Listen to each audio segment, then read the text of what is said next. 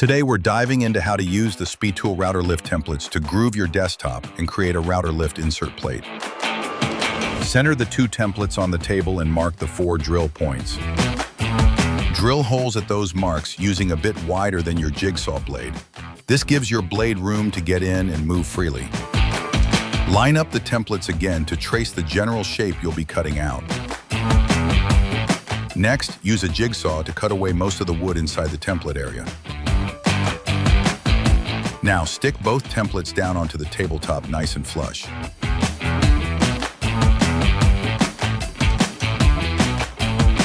For trimming the edges, we're using SpeTool's coated top and bottom bearing spiral flush trim router bit. Once the router bit is installed, simply place your router on the board, adjust the bit's position, and make sure the bearing sits snugly against the template.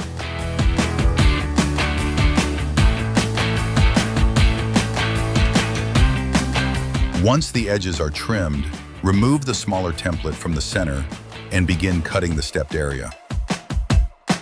For the step cuts, we're using another bit from SpeTool, a top bearing trim bit with a 1/4 inch cutting length.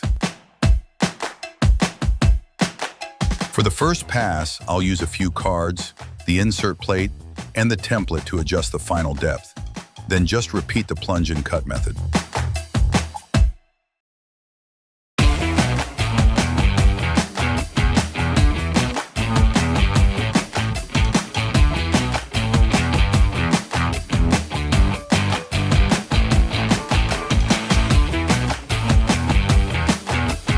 After removing the larger template, your router lift insert plate groove is complete.